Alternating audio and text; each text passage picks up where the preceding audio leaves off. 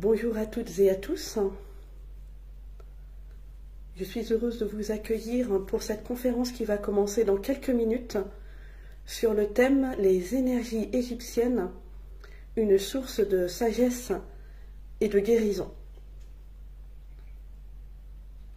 Je vous laisse tranquillement ces 2 minutes qui restent pour arriver tranquillement. Et pour celles et ceux qui ne seraient pas disponibles pour l'instant, cette conférence, bien sûr, sera disponible en replay via le lien du salon bien-être en ligne et sur ma page Anava.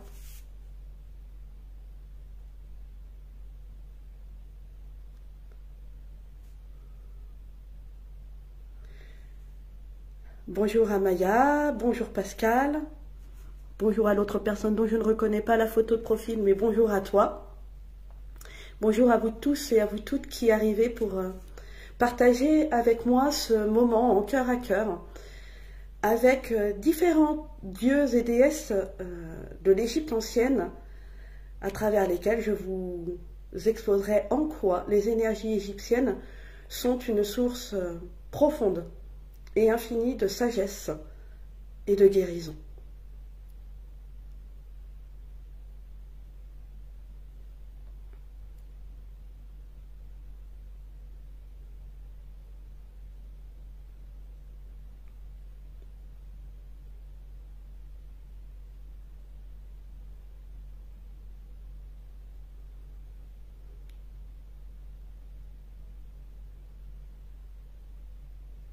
Je vous laisse le temps d'arriver, puis je vais vous expliquer comment va se dérouler cette conférence avec le thème annoncé « Les énergies égyptiennes, une source de sagesse et de guérison ».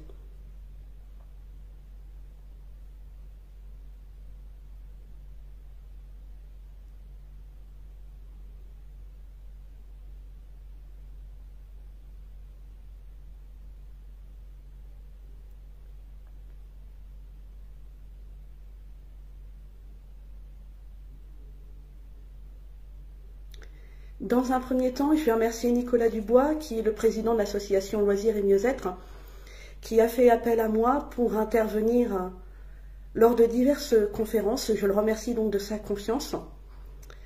Et je vais dans un premier temps me présenter, vous dire qui je suis, comment les énergies égyptiennes sont rentrées dans ma vie.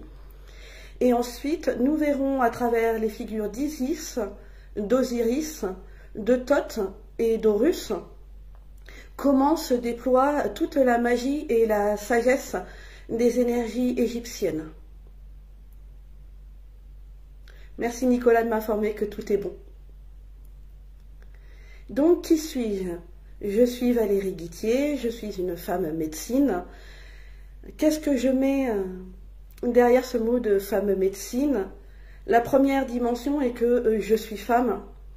Et je remercie toutes les personnes de mon entourage qui m'ont fait travailler cette dimension ces derniers temps, elles se reconnaîtront. Donc avant tout, je suis, première dimension, femme. Je suis épouse, ma propre épouse. Je suis mère, je suis magicienne et je suis également médium canal. Ce qui veut dire que je reçois divers messages de mes guides et de vos guides. Et il se pourrait tout à fait qu'au cours de cette conférence, en cœur à cœur avec vous, sous la protection bienveillante d'Horus, soit Isis, soit Horus, soit Thoth, voire même Anubis, puissent directement se manifester s'ils ont des messages à vous transmettre dans le cadre du thème proposé. Les énergies égyptiennes, elles sont rentrées dans ma vie le 9 juin 2017 alors que je ne les connaissais pas du tout. Depuis toute petite, je suis attirée par l'Égypte sans pour autant, à cette époque-là, connaître le monde des énergies et encore moins la figure d'Isis, d'Osiris et de tous les autres dieux égyptiens. J'ai été initiée par ma sœur dame Claudie. Elle m'a transmis les énergies de la déesse Isis qui m'a permis ce jour-là de vivre une renaissance sur toutes mes dimensions. Ça a été pour moi vraiment une résurrection.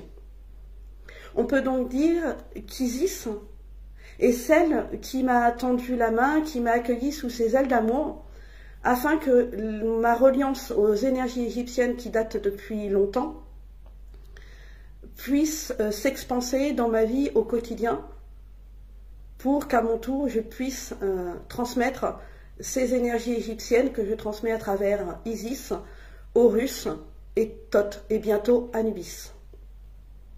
En quoi les énergies égyptiennes sont source de sagesse? Eh bien, nous allons aborder toutes les dimensions sur lesquelles interviennent les énergies égyptiennes. Les énergies égyptiennes, peu importe le dieu ou la déesse à laquelle nous faisons appel, les énergies égyptiennes interviennent sur toutes les dimensions de notre être.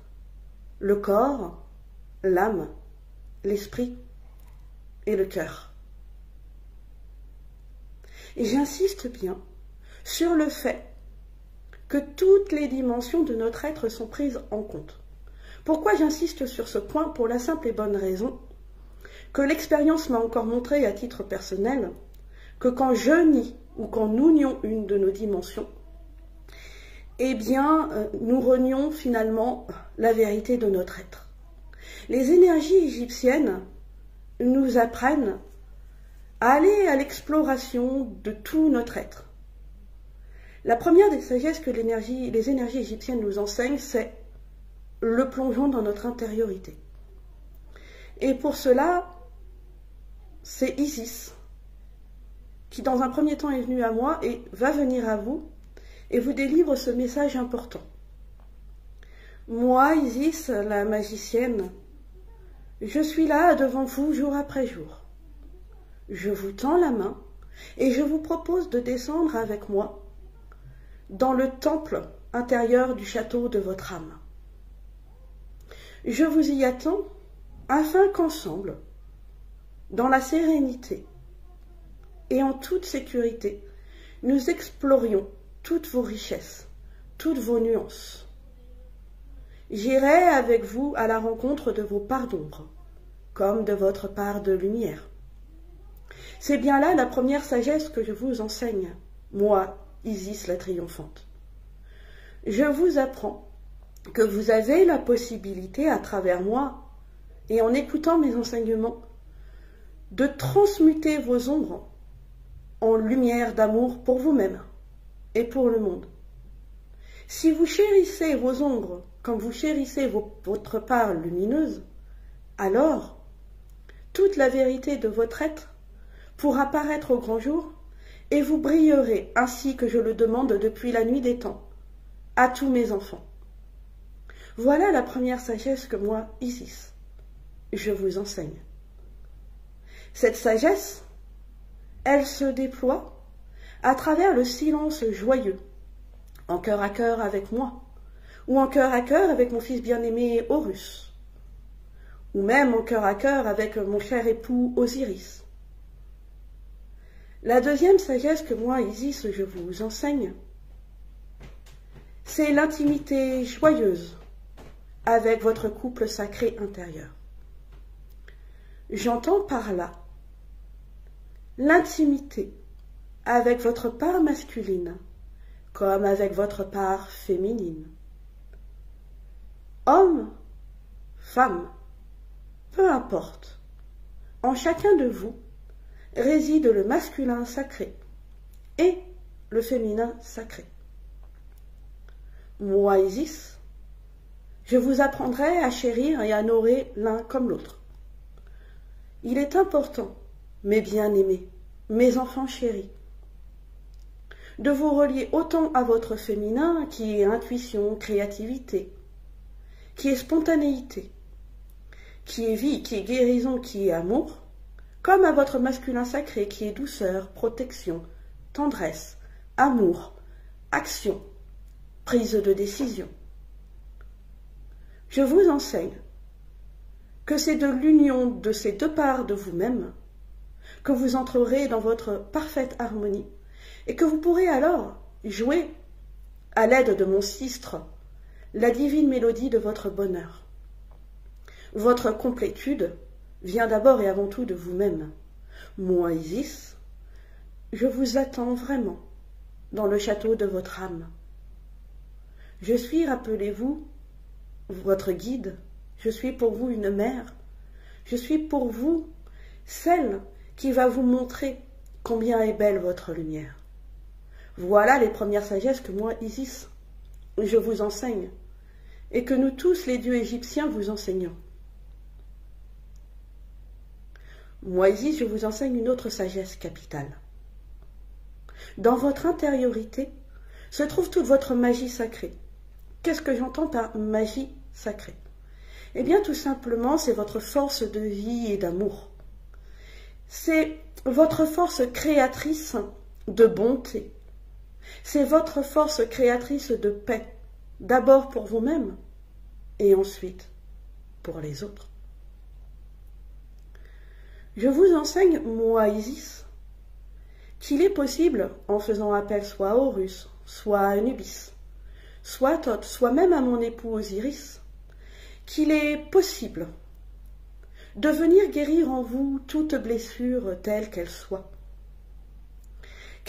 de vos vies passées, donc d'ordre karmique, qu'elle soit issue des générations qui vous ont précédé, ce que vous appelez dans votre réalité le transgénérationnel, ou bien qu'elle soit issue de votre incarnation ici, maintenant.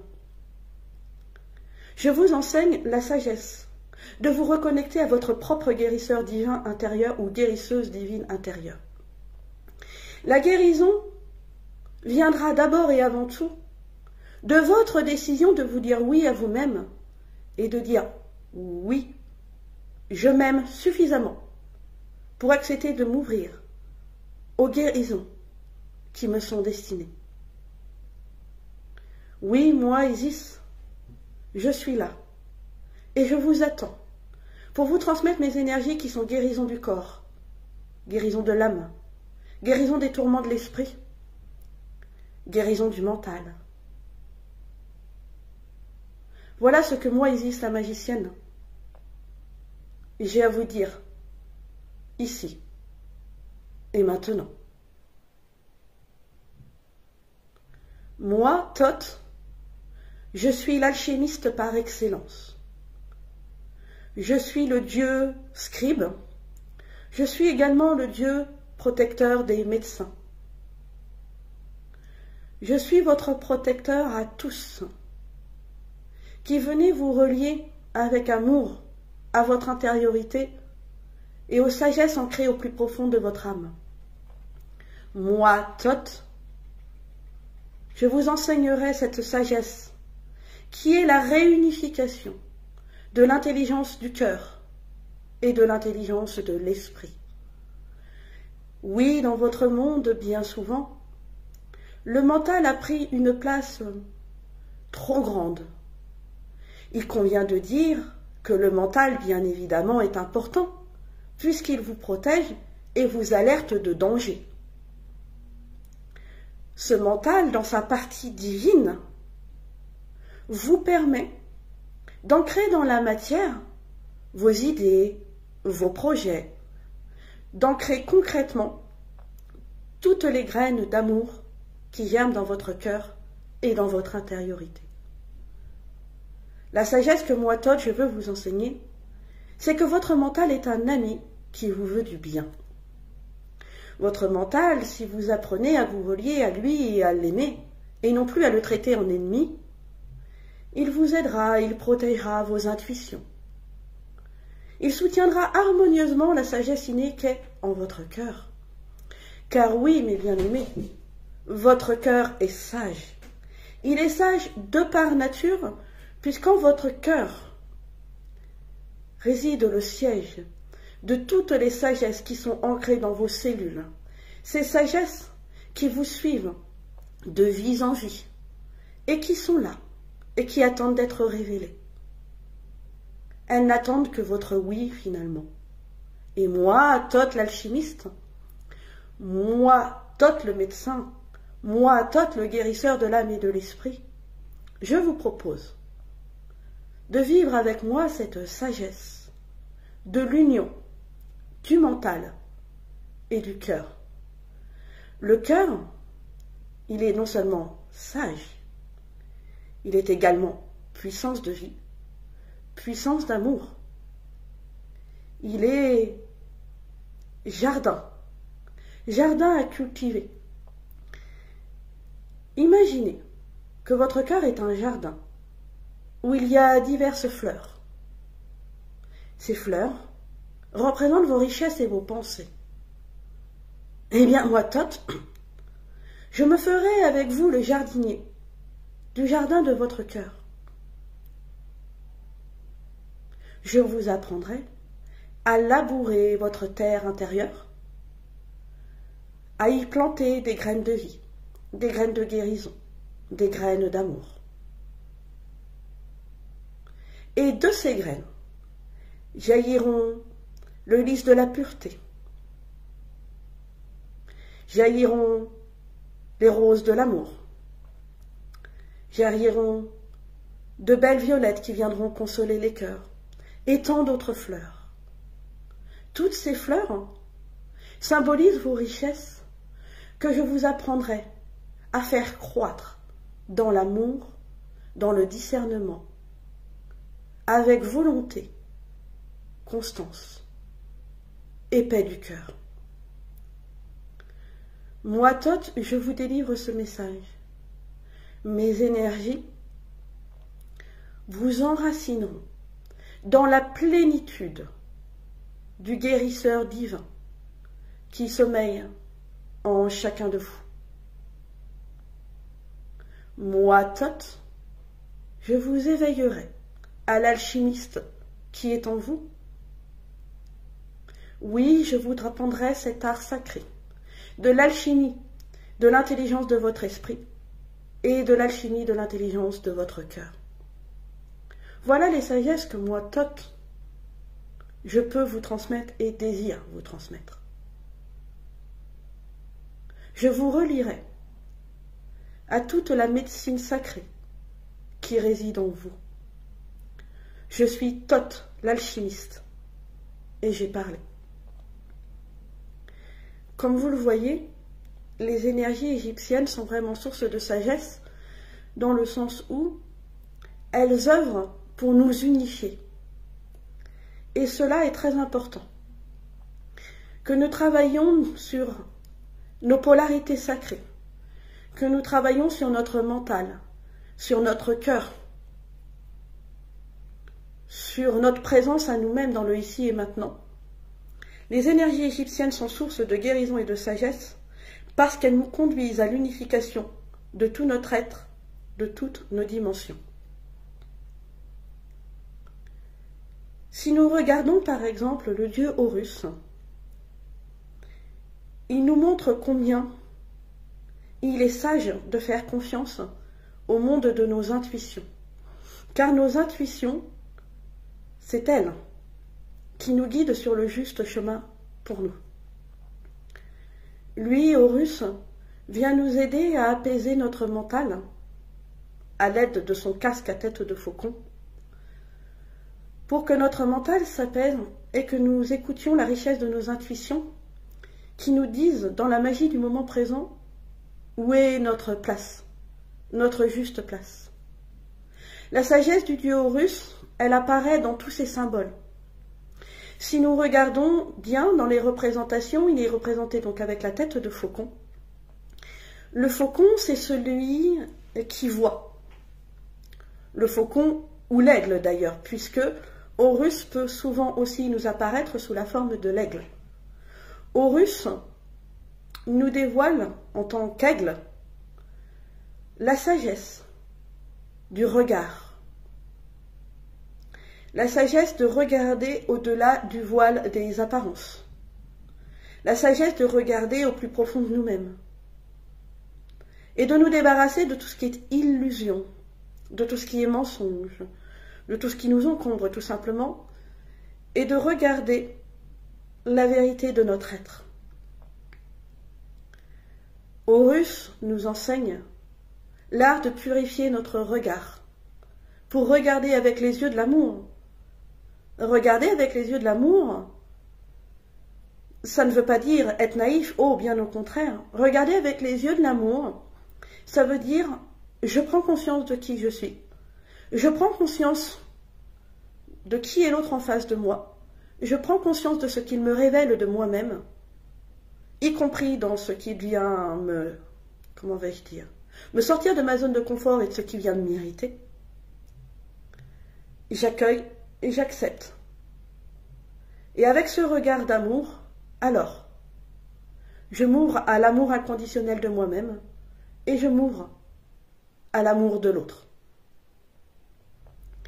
Si on regarde de près, Horus est représenté avec une couronne, en fait une double couronne.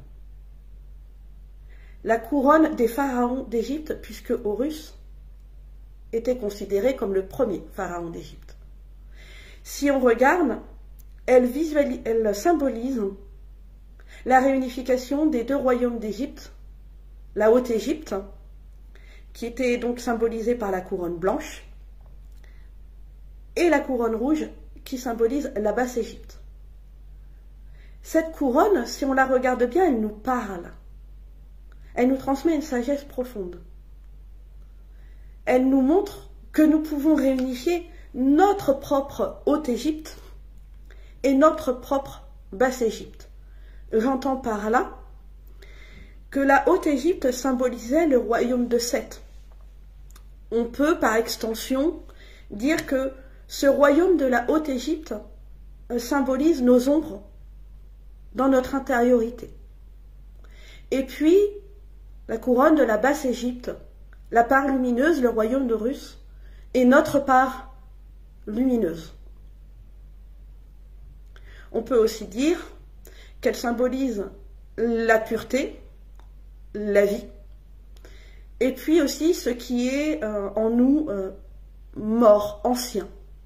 Nous pouvons réunifier tout cela, notre ombre, notre lumière, et laisser partir alors ce qui est mort, ce qui est vain, ce qui n'est plus juste pour nous. Elle nous enseigne cet art sacré de nous aimer, de nous réunifier et d'accepter que notre royaume intérieur soit fait de parts lumineuses et de parts d'ombre. La haute couronne d'Égypte nous enseigne aussi que les énergies de la terre nous aident à aller reconnecter nos racines dans le ici et maintenant, dans notre choix d'incarnation. La couronne de la Basse-Égypte nous enseigne qu'une fois que nous avons reconnecté nos racines dans la terre-mère et dans le ici et maintenant, nous pouvons alors élever les branches de notre cœur et de notre âme vers le Père Ciel. Voilà en quoi la couronne que porte Horus sur la tête, elle aussi est source de sagesse. Et puis un autre symbole que nous connaissons depuis longtemps et qui vient à nous, qui est un symbole hautement sacré, c'est l'œil d'Horus, justement. En quoi l'œil d'Horus, symbole sacré égyptien, est source de sagesse au vu des énergies qu'il dégage? Eh bien, dans un premier temps, en tant que symbole de protection, il nous enseigne cet art sacré d'apprendre à nous protéger de tout ce qui est énergie négative, de tout ce qui est notre mental et qui nous, comment vais-je dire, nous empêche de voir clair. Elle nous aide à nous protéger des attaques néfastes. L'œil d'Horus nous permet également, en tant que talisman, de protéger notre cœur afin que nous puissions rester alignés. Si nous détaillons le symbole de l'œil d'Horus, nous pouvons regarder que le côté droit de l'œil, il est associé à l'odorat. Et il est proche du nez, et nous pouvons d'ailleurs retrouver une ressemblance avec le nez. Et si on regarde cette partie-là de l'œil d'Horus, il est sagesse en nous disant de nous reconnecter à notre odorat, qu'il soit tant physique que spirituel, parce qu'il nous permet de ressentir le parfum des énergies qui nous entourent. Notre odorat spirituel permet de savoir et de ressentir ce qui se passe en nous et autour de nous. Si on regarde la pupille, elle est reliée au sens de la vue. Et là, la pupille, elle nous enseigne la sagesse, de nous remettre en question dans notre manière de regarder. Comment nous regardons? Est-ce que nous regardons avec amour ou bien nous regardons avec négativité, uniquement par le prisme de notre histoire? Est-on capable avec notre regard de dépasser la première apparence de ce qui nous est donné pour aller chercher l'enseignement ou les enseignements qui se cachent derrière une situation qui apparemment peut nous déranger, nous mettre dans l'inconfort? Est-on capable également de regarder tout simplement la beauté d'un paysage, de nous réjouir du bonheur de quelqu'un d'autre? Comment regardons-nous? Comment nous regardons-nous? C'est cette sagesse du regard que la pupille nous enseigne. Et pour regarder de manière juste et équilibrée, cela se fait par le plongeon dans notre intériorité.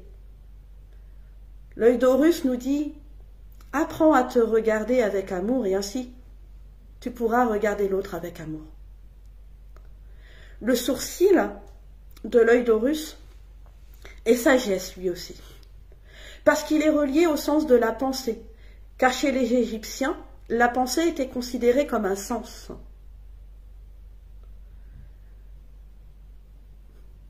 On peut voir qu'Horus, à travers cette partie de son œil, nous dit « Vos pensées génèrent votre réalité.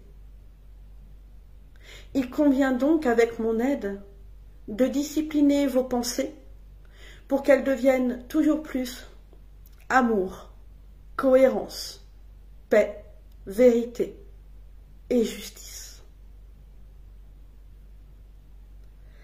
Quand on voit la queue incurvée de l'œil d'Horus, on peut voir qu'elle ressemble à une tige de blé et elle commence à germer. Donc elle renvoie à la nourriture et elle est associée au goût. À travers cela, cette partie de l'œil d'Horus nous interpelle: quelle saveur donnons-nous à notre vie? Acceptons-nous le choix d'incarnation que nous avons fait ici et maintenant? Oui, à travers l'œil d'Horus, c'est la sagesse de célébrer notre incarnation qui nous est enseignée. Célébrons l'homme, la femme que nous sommes. Célébrons la joie d'être ici et maintenant. Célébrons la sagesse de notre âme qui a choisi notre corps ici et maintenant. Et l'œil d'Horus nous apprend à travers la larme que nous devons aussi nous relier à notre corps physique par le sens du toucher. Pas seulement le toucher physique. Le toucher physique est bien sûr important.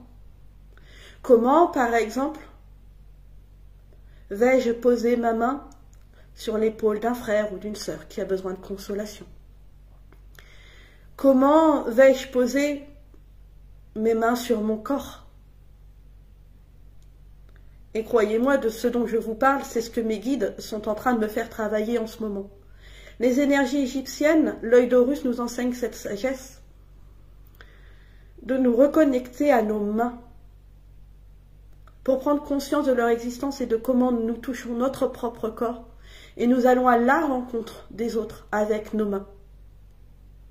Est-ce que nos mains sont source de guérison ou est-ce qu'elles sont source de division? C'est ces sagesses-là aussi que nous enseignent les énergies d'Horus et son œil. Les énergies égyptiennes sont vraiment la sagesse de l'incarnation, la sagesse de l'acceptation du corps physique pour aller à la rencontre de toutes nos autres dimensions. La sagesse égyptienne nous enseigne aussi à nous relier à nos vies antérieures pour les guérir. Elles font tout cela. À travers la figure d'Osiris et d'Isis réunis, que l'on appelle Seigneur de la divine autorité, la sagesse d'aller à la reconquête de notre autorité spirituelle nous est enseignée. Les énergies égyptiennes sont à la fois sagesse et guérison puisqu'elles nous permettent de redescendre en nous à la reconquête de notre pouvoir créateur et de notre pouvoir personnel. Isis et Osiris, en tant que seigneurs de la divine autorité, nous enseignent qu'il est important de nous affranchir du regard des autres, de guérir de ce besoin d'être reconnus pour se reconnaître nous-mêmes, de reconnaître que nous sommes des êtres divins et que notre autorité spirituelle est non négociable, où que nous en soyons d'ailleurs dans notre chemin d'évolution. Reconnaître notre autorité spirituelle, c'est reconnaître toute notre vérité. C'est dire, ici et maintenant, j'accepte de vivre ma vie selon la sagesse innée de mon cœur, en fidélité à ma vérité personnelle, en respectant les vérités personnelles des autres. C'est aussi cela que nous enseignent Isis et Osiris, en tant que seigneurs de la divine autorité. Si nous regardons de plus près aussi les figures d'Isis et d'Osiris et leur histoire de couple, ils nous enseignent la grandeur et la beauté du pardon. Pourquoi? Isis pardonna à Osiris ses infidélités. Et c'est pour cela qu'a pu avoir lieu la conception miraculeuse du dieu Horus, qui par la suite réunifia le royaume d'Égypte. Sans le pardon qu'Isis accorda à son bien-aimé Osiris, Horus n'aurait pas pu naître. Et nous, quel pardon nous accordons-nous? Quel pardon accordons-nous à nos ancêtres, à nos amis, à nos familles, à nous-mêmes surtout? Isis et Osiris nous enseignent que c'est du pardon que nous nous accordons à nous-mêmes que peut jaillir le véritable pardon que nous accordons à nos lignées et à tous ceux qui, bien involontairement, peuvent nous blesser. Isis et Osiris nous enseignent que par-delà nos blessures jaillit une fécondité merveilleuse qui est source de régénération, qui est source de guérison pour chacun de nous et pour l'univers tout entier. Il nous enseigne que le pardon, c'est d'aller par-delà le don. Isis et Osiris symbolisent la magie de l'amour. La magie de l'amour entre un homme et une femme. La magie de l'amour inconditionnel. La magie de l'amour conjugal. Isis et Osiris nous enseignent la grandeur de l'amour divin, qu'il se vive envers soi-même ou qu'il se vive en couple, un homme avec un homme, une femme avec une femme, ou bien un homme avec une femme, peu importe la forme de l'amour. Les énergies égyptiennes, à travers la figure d'Isis et Osiris, nous enseignent cet art d'aimer, en vérité, d'être cette source d'amour pour nous-mêmes, pour ensuite l'être pour le monde entier. Il est un autre Dieu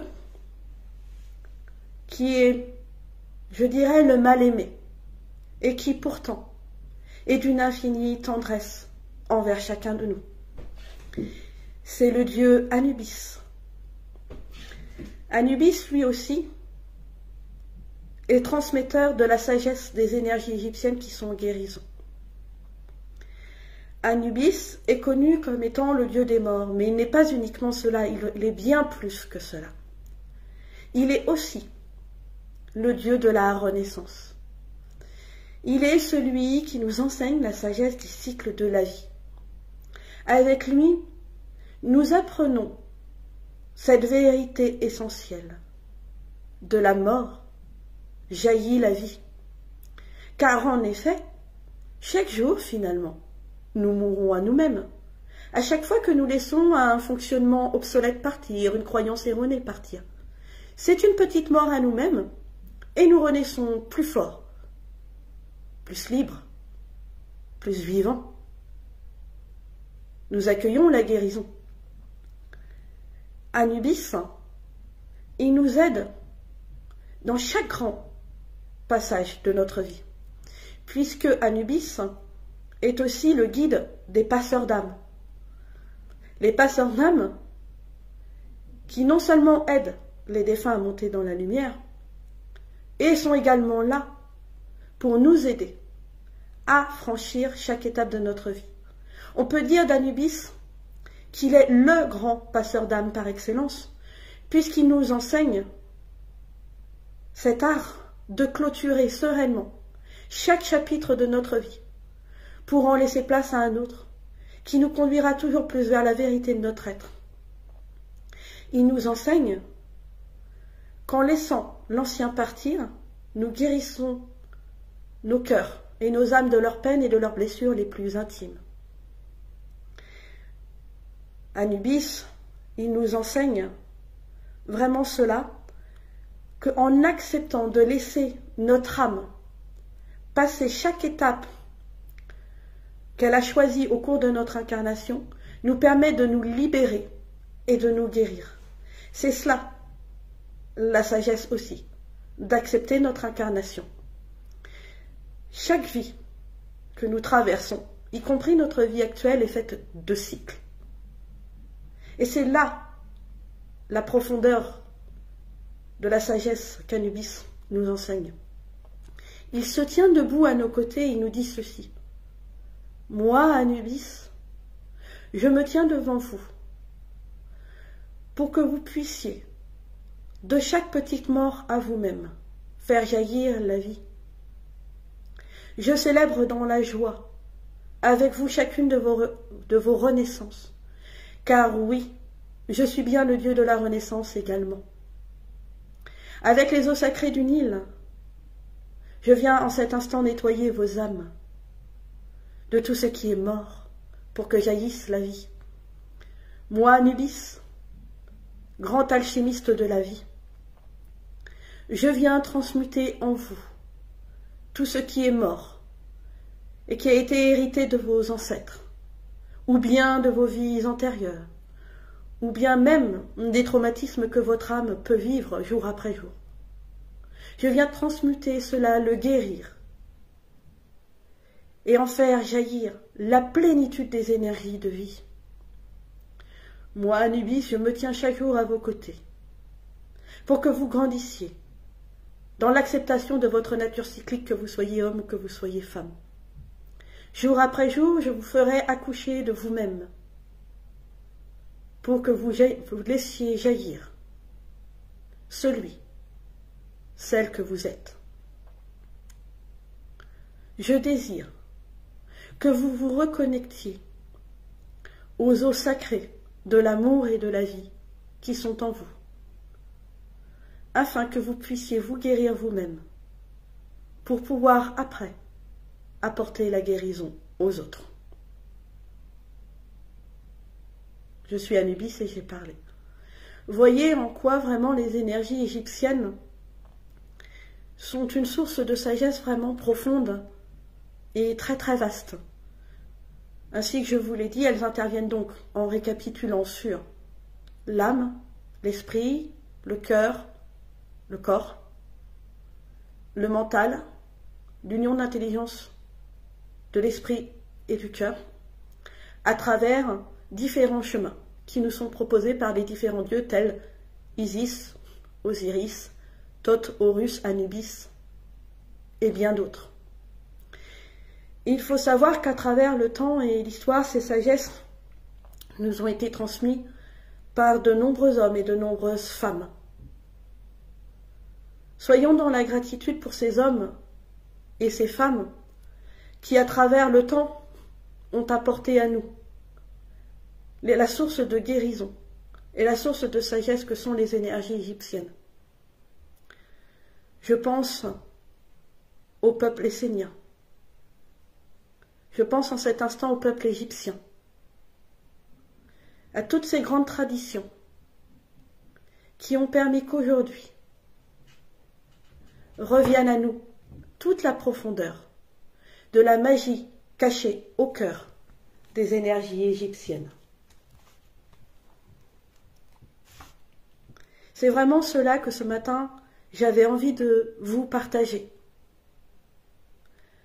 Accueillons ensemble la profondeur, le sacré dans toutes ces énergies dont nous font cadeau Isis, Osiris et tous les autres dieux. Je pense à Sekhmet aussi, en cette fin de conférence, qui, elle, nous apprend la sagesse de l'audace, la sagesse de nous ancrer dans la profondeur, dans la vérité, à la fois brute et si belle de notre être. C'est elle qui nous enseigne de nous ancrer dans le lion, dans la lionne que nous sommes. C'est elle qui nous enseigne que notre autorité spirituelle est non négociable, que nous sommes tous des êtres sacrés et que nous avons notre juste place au cœur de ce monde. Elle nous donne l'audace de la vérité, l'audace de la justice et l'audace d'être soi-même.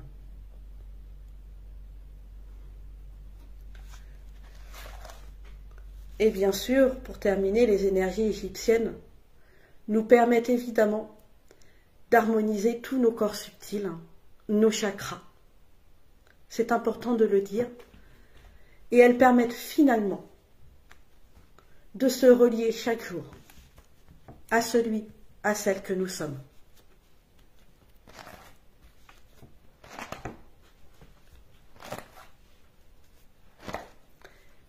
Je sais que je vous ai donné beaucoup d'informations et en même temps, il me tenait vraiment à cœur de vous ouvrir toutes ces possibilités pour que vous compreniez que, en fait, qui que vous soyez, les énergies égyptiennes peuvent faire écho dans votre cœur en fonction de votre chemin d'évolution.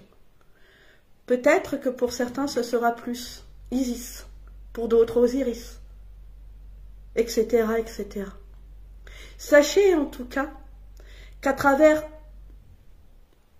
tous les visages qu'elle vous montre, elle sera pour vous source d'épanouissement, de paix et d'élévation.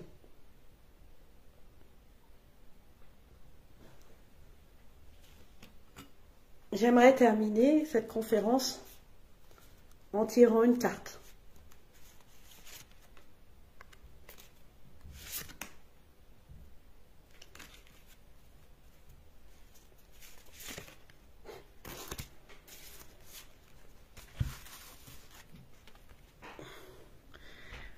Sois fidèle à ton pouvoir. Eh bien, cela montre et vient appuyer ce que je vous ai dit. Les énergies égyptiennes nous montrent que la première des sagesses, c'est d'être fidèle à soi-même, se relier à la vérité de tout notre être. C'est s'affranchir du regard des autres pour vivre libre, en vérité, avec tout son être.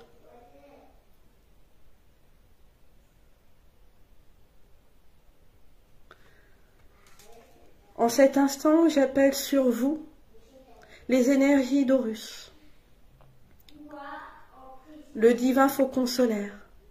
J'appelle sur vous les énergies d'Osiris, le sage. J'appelle sur vous les énergies de Sekhmet, la déesse lionne. Sur vous les énergies d'Anubis, le dieu de la Renaissance. J'appelle sur vous les énergies de Thoth l'alchimiste. Qu'elles vous apportent en cet instant consolation, paix, joie, sérénité. Visualisez ces énergies sous la forme d'une fontaine, d'une magnifique fontaine. Il en sort de l'eau couleur or. Et ces eaux se diffusent dans tout votre corps en partant de vos racines, se diffusant dans vos pieds, vos genoux, vos hanches, votre bas-ventre, remontant jusqu'à votre plexus solaire, votre cœur, votre gorge, vos épaules, votre troisième œil, votre chakra couronne, et elle s'expanse. Et vous pouvez visualiser que s'en va de vous, sous forme de petites bulles, tout ce dont vous n'avez plus besoin. Et à présent, vous pouvez visualiser Anubis, qui se tient avec une jarre au-dessus de vous, et il déverse sur chacun de vous les eaux sacrées du Nil, et il vous dit, par ce geste, sois libéré de tout ce qui te pèse et de l'ancien, et renais à toi-même, car je t'aime. Je suis Anubis et j'ai parlé. Voilà tout ce que je souhaitais vous transmettre. N'hésitez pas à me retrouver sur ma page Anava si vous voulez en savoir plus. Je vous aime. Recevez toute ma tendresse.